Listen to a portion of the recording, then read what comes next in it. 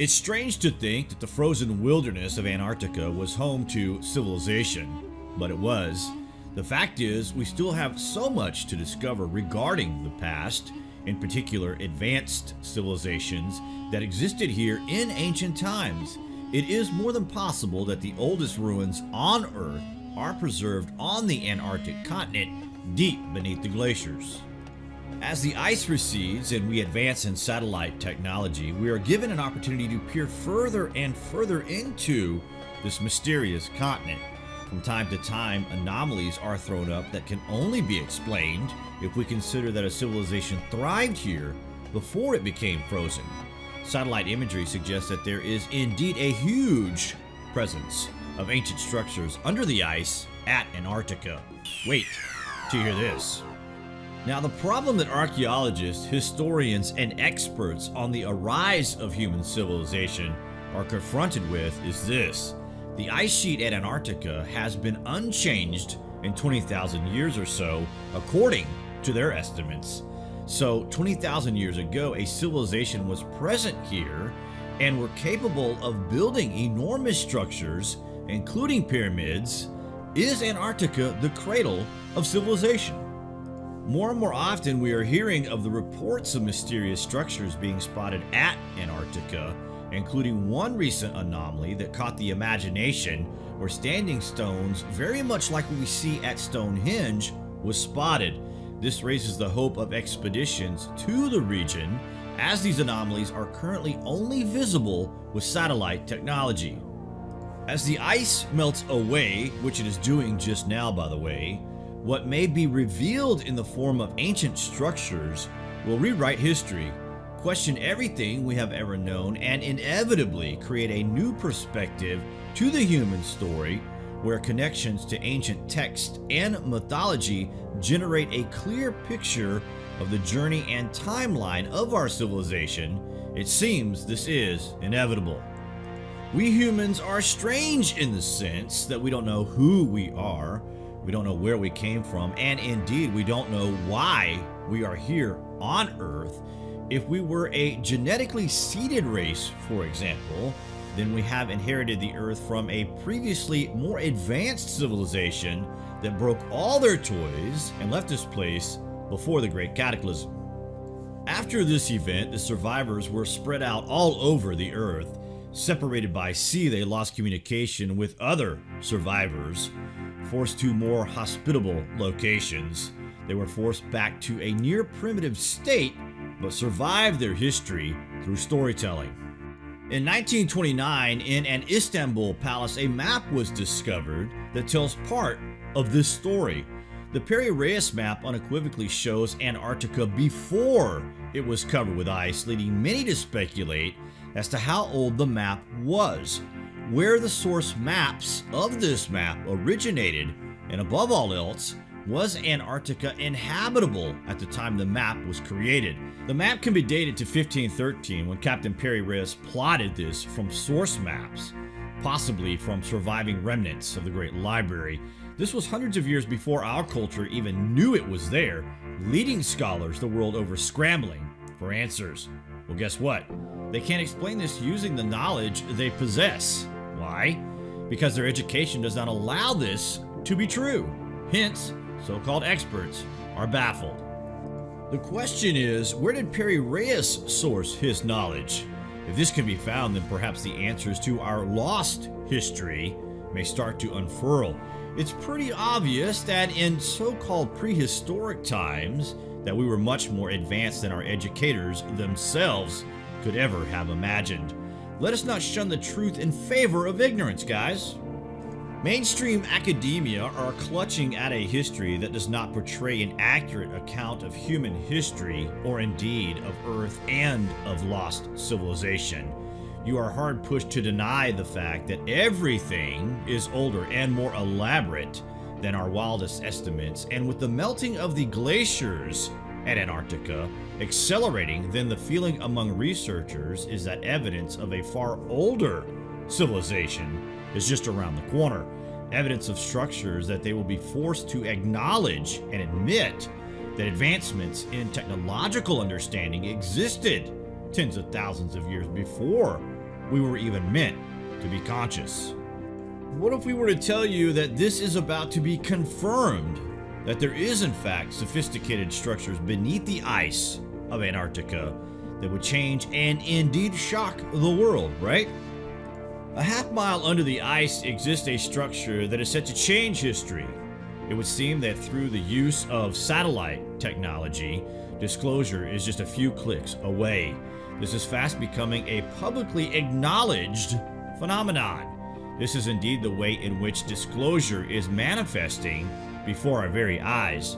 Perhaps the answers can be found in the work and research of Brian Foister, and indeed the evidence he has gathered as to the path the people of the Americas took to reach this land through sea travel from a far-off land. The capability of navigating the sea in ancient times that led them to this place, and by the way, they knew where they were going and how to get there.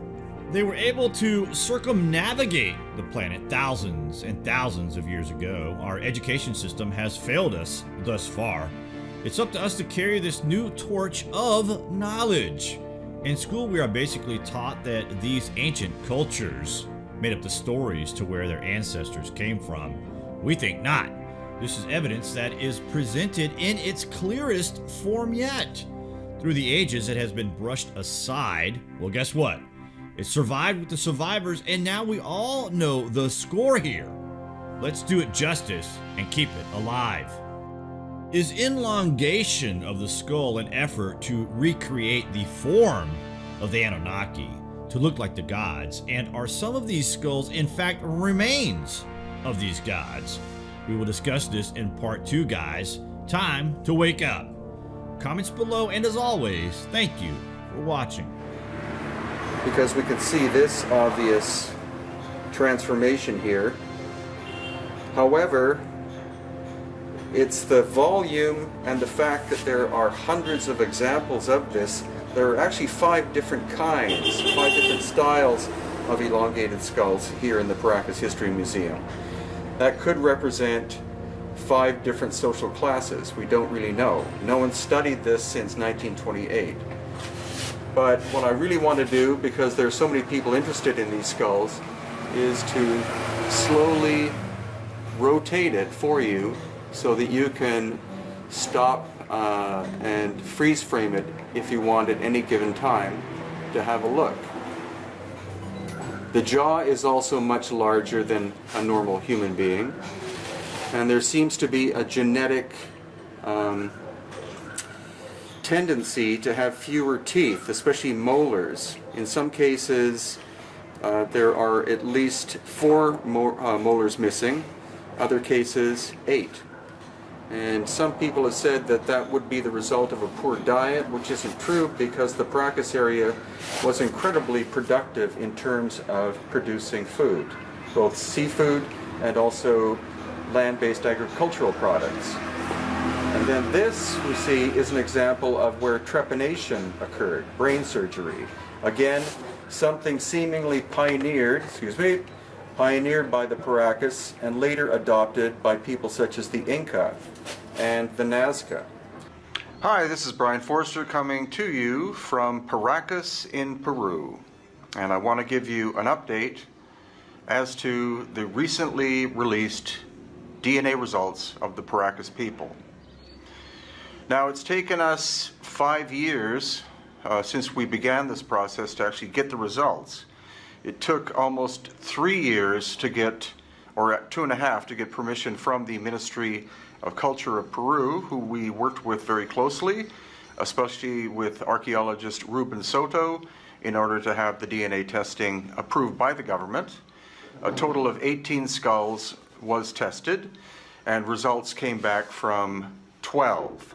The DNA was so badly degraded after 2,000 to 3,000 years that of the 58 samples of 18 skulls, we got results from 12 of the skulls from 2 different laboratories, one in Canada, the Lakehead University, and another one at UCLA in California.